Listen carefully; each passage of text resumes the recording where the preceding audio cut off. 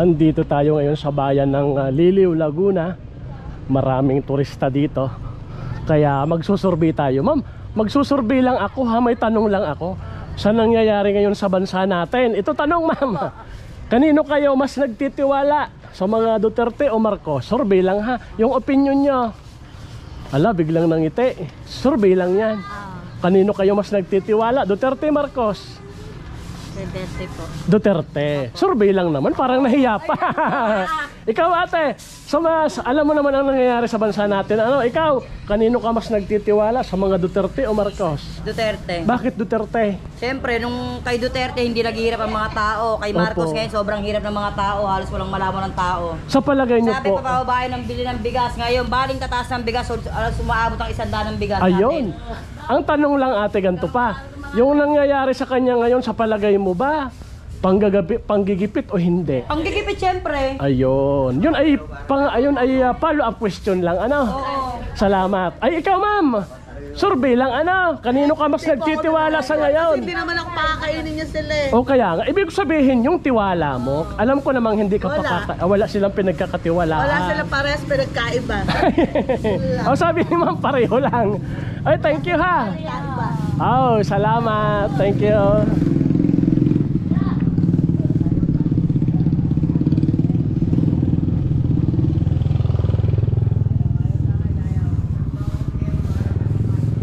Kuya, may survey lang kami dito sa Liliw. Sa nangyayari ngayon sa bansa natin, ano? Kanino kayo mas nagtitiwala, sa mga Duterte o Marcos? Yung sariling opinion mo, tatay. Kanino ka mas nagtitiwala sa ngayon? Parang wala pa. Parang, hindi, ibig kong sabihin, Ayos na lang. sariling opinion. Ibig sabihin wala kayong pinagkakatiwalaan. Wala pa. Kasi Oh, pares trust lang- rating ba? Pares lang. Parehas lang. Mayroon silang problema sa isa. Kaya, parehas silang may problema kaya wala kang pinagkakatiwalaan. Pareho lang si tatay, sabi ni tatay. Salamat, nandito tayo sa bayan ng Liliw, Laguna. Okay, mga kababayan, ano? Ito ay tourist spot. Kaya marami tayong matatanong dito na siguro mga dayo. Nay, baka pwedeng sumali sa survey? Survey lang dito sa Liliw. Sa nangyayari sa bansa natin ngayon, kanino kayo mas nagtitiwala? Sa mga Duterte o Marcos? Wala. Walang pinagkakatiwala. Ikaw kuya, survey lang. Sa nangyayari sa bansa natin, kanino ka mas nagtitiwala? Mga Duterte, Marcos? Wala. Wala din. Parang nangopya ng sagot Salamat kuya. Kuya, ako yung magsusurvey lang. Ano? Survey. Sa nangyayari sa bansa natin ngayon, kanino ka mas nagtitiwala? Sa mga Duterte, Marcos? Survey lang. Ano? Alam mo naman yung mga bali-balita. Si kuya ay Kay Sara Duterte. Ayan, si kuya, mas nagtitiwala siya kay Sara sa mga Duterte. Sa palagay nyo, sir, ito'y follow-up question. Yung nangyayari ba kay Sara, panggigipit sa palagay nyo o hindi? para sa akin po panggigipit siya. Opo, kasi alam nyo po, naman sa akin kung halimbawa yun sa confidential funds. Opo. Sana po lahat simula Yun. na yung sa maliliit hanggang sa Tama, sabi nga ni Congressman Marcoleta, bakit siya lang? bakit siya lang Parang basically. pinipinpoint na siya lang. Ay samantalang marami namang, lahat yan may confidential fund. Kahit yung mga party list, merong mga pondo yung mga yan. Parang ang gusto ng Congressman Marcoleta ay lahat na. Lahat na. Tama. Hindi lang si Vice. Salamat sa pagsali sir sa survey ha. Thank you. At dumayo pa akong Liliw para mag-survey. O nandito tayo sa Liliw, Laguna. Abay, napakagandang bayan. Thank you kuya. Kuya, baka pwedeng sumali sa nangyayari sa bansa natin ngayon. Kanino ka mas nagtitiwala? Mga Duterte o Marcos? Survey lang ha. Sariling opinion ni kuya. Di ko kasi maintindihan pare-pareho Oh, sila tama. bato Parang sa may kabilaan. ayun. Sabi ni kuya, kanya-kanyang batuhan ng mga siyong dalawa. Kaya si kuya wala pang napipili sa ngayon kung kanino siya mas magtitiwala. Ikaw ma'am, kanino ka? Yung opinion lang. Thank you kuya. Salamat. Ayan, mga turista yata sila dito sa bayan ng Liliw, Laguna. Ito kasi dinadayo yung lugar na ito, kaya iba-ibang tao ang nandito. Kuya, ako'y may survey lang sa Liliw. Dumayo pa ako din para mag-survey sa nangyayari sa bansa natin. Opinion mo lang. Kanino ka mas nagtitiwala sa ngayon? Mga Duterte o Marcos? Opinion mo lang ha kuya ha. Marcos si Kuya. Ikaw Kuya, kanino ka mas nagtitiwala sa dalawang ito ngayon? Alam mo naman ang nangyayari, si Kuya ay mas nagtitiwala sa mga Duterte. May follow-up question. Sa palagay nyo ba yung ginagawa nila kay Sara panggigipit o hindi? Panggigipit. Sabi ni Kuya, yung nangyayari ngayon kay BP Sara ay panggigipit. Sabi nga nung na interview ko kanina, bakit daw hindi lahatin yung patungkol sa confidential fund, bakit solo lang na pinipinpoint si BP Sara. Kaya si Kuya ito kay BP Sara sa mga Duterte siya mas nagtitiwala. Boss, salamat sa pagsali ha. Ito kay Kuya, sali tayo sir. Dumayo pa akong liliw para mag-interview sa nangyayari sa bansa natin ngayon. Si Kuya muna. Kanino ka mas nagtitiwala? Mga Duterte o Marcos? Ikaw na may nakikinig ng balita. Pero opinion lang kinukuha ko. Kanino ikaw? Hindi na ako nakikiano sa mga... Ayan, ayaw na ni Kuya. Nagsawa na yata si Kuya. Sariling buhay na lang namin. Yun, tama ano. Ay, hello. Ay, kainaman E. Parang ala eh. Okay. Kuya, visit mo ha. Baka bukas pwede na. Salamat po. Ikaw Kuya, opinion lang. Sa nangyayari sa bansa ngayon, kanino ka mas nagtitiwala sa ngayon? Mga Duterte, Marcos? Sa Marcos. Sa Marcos. At least may ano, siyempre kahit sariling opinion lang naman. Ikaw boss, kanino ka mas nagtitiwala? Kay Lord na lang. Kay Lord na lang. Ayun, parang napakagandang sagot.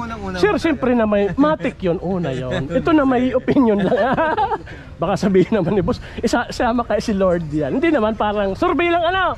Salamat dito sa mga taga Liliw, Laguna. Ito si Tatay, sali natin. Tay, alam mo naman yung nangyayari sa bayan natin. Ano? Kanino ka mas nagtitiwala sa dalawang ito sa ngayon? Duterte, Marcos? Yung sariling opinion mo ha. Opinion lang naman. Hindi ako matitiwala dito. May bantang mukha mo. Ay, kanino ka sa? Ayan, si Kuya Marcos nagtitiwala. Thank you Kuya, ito'y survey lang. Tuloy na ako dito. Kuya, baka pwedeng maabala. Dumayo pa akong liliw, survey lang. Sa nangyayari sa bansa natin ngayon, kanino ka mas nagtitiwala? Duterte, Marcos? Si Kuya na lang. Marcos! Marcos. Kinaulo yan! Ari na may survey lang ano. Okay, salamat. Nay, baka pwedeng sumali. Dumayo pa kami liliw sa survey. Kanino ka mas nagtitiwala sa ngayon sa mga nangyayari? Mga Duterte o Marcos? Survey lang ha. Sariling opinion. Ikaw nanay, kanino? Wala siya, wala. Ikaw, wala din. Ikaw tay, kanino ka mas nagtitiwala sa ngayon? Alam mo naman yung nangyayari ano? Parehas, di ko rin maintindihan Yun, parehas may problema. Sabi ng mga senior dito, parehas may problema tong dalawang ito. Parang gusto ko ito. Oo. Ito nakakinggan ako. O kaya ayan si tatay tuloy ngayon nagdadalawang isip na dahil sa ginagawa nila ano. Na kumbaga sila ang nangunguna sa atin. Dito, binoto ko yan. Yan, opo. Nene, parang hindi ko mamaintindihan. Kumbaga siya ang tatay, siya ang nanay, dapat sila ang mabuting halimbawa sa atin. Yan. Parang ganon. Dapat din. Kaya tuloy sila, no comment na kasi parehong, alam niyo na. Thank you. Salamat po. Thank you, thank you.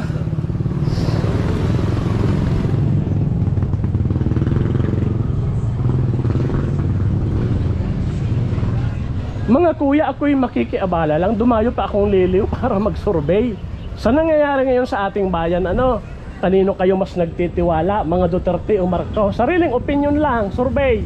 Kung ako, Si tatay? ano ba yan? Sige. Kanino? No comment ako. Ano comment? Ikaw sir, yung survey lang yan, ano? Siyempre meron kahit papaano, meron tayong pinagkakatiwalaan o mas nagtitiwala, mas pinapaboran. Kung wala naman, hindi pwede namang no comment. Pwede naman silang magkampi na lang. Bakit nagtatalo ba? Yun, kaya nga nagkaroon ng unit team, nagkampi ano. Eh, alam nyo na, siyempre 2028 kahit malayo pa, pwede tayo, normal tayong tao, ano, wala tayong kinakampihan sa mga yan. Kaya lang, nababasa naman natin eh. Yo, kainaman YouTube. Eh yung mga diskarte, siyempre, di ba sir, ano? Parang ala eh, sa akin na may kainaman eh. EH, tapos.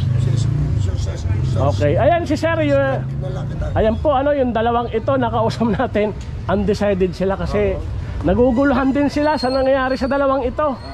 Magugulo daw yung dalawang ito. Ay hindi, sa gobyerno to magiging bias ako, di ba sir? Ano? Sir, ay hindi ka naka-uniforme. Ay kaya pala. Wag mo nang sabihin, hindi na, kayo naman hindi naka-uniforme.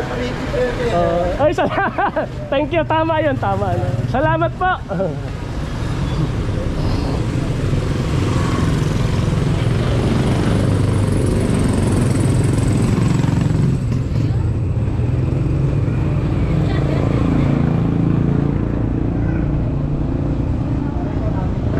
Tay, baka pwedeng maabala. Dumayo pa akong liliw para mag-survey sa nangyayari sa bansa natin ngayon. Kanino kayo mas nagtitiwala?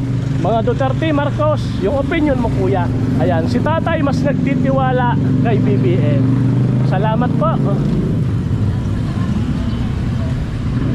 Hello sir, kumain na.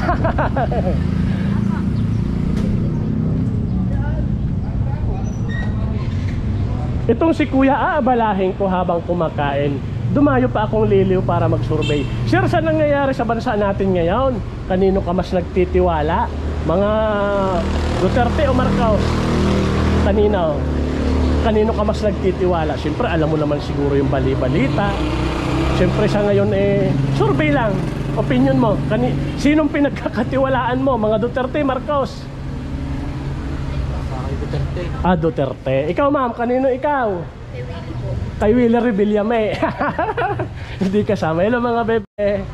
Oy, salamat.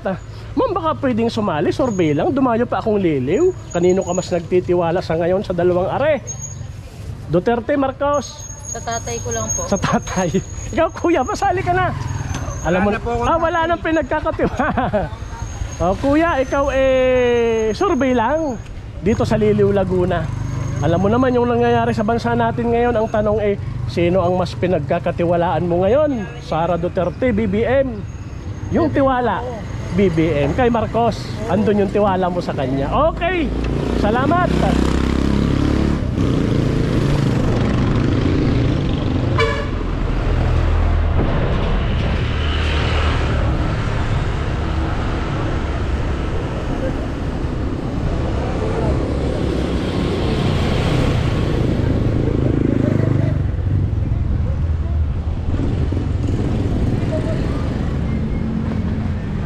Dito sa Liliw, Laguna, alam nyo na, ang produkto dito ay yun, mga tsinelas. Ang daming tsinelas. Tatay, magandang umaga. Dumayo pa ako dito para mag-survey sa nangyayari sa bansa natin ngayon. Kanino kayo mas nagtitiwala? Mga Duterte o Marcos? Survey lang. Ewan ko po, pag-iisipan ko muna. Ayan, si tatay undecided pa. Naguguluhan din sa mga nangyayari. Salamat tay. Okay.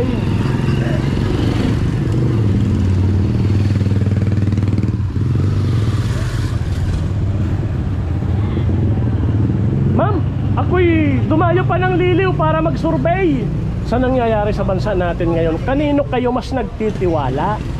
Mga Duterte o Marcos? Sa ngayon, parang nangiti si Mami. Pwede namang wala kung wala na, ano? Survey lang. Yung sariling opinion.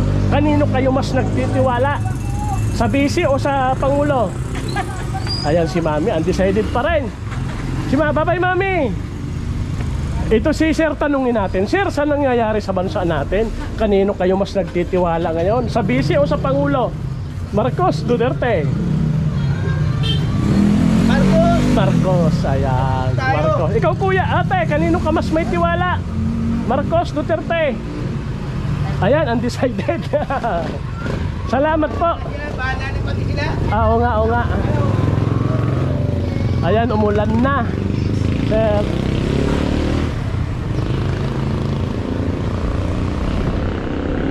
Maulan talaga dito sa Liliw, Laguna. Kanina galing akong Mahayhay, Laguna. Maulan din. Oh, ang daming tsinelas. Gawang Liliw, Laguna. O yan, 100 lang isang pares na yan. Dami. Gawang Laguna yan, matitibay yan. Hello po, shout out po. Umulan na kaya tinatabunan nila. Makulimlim pati.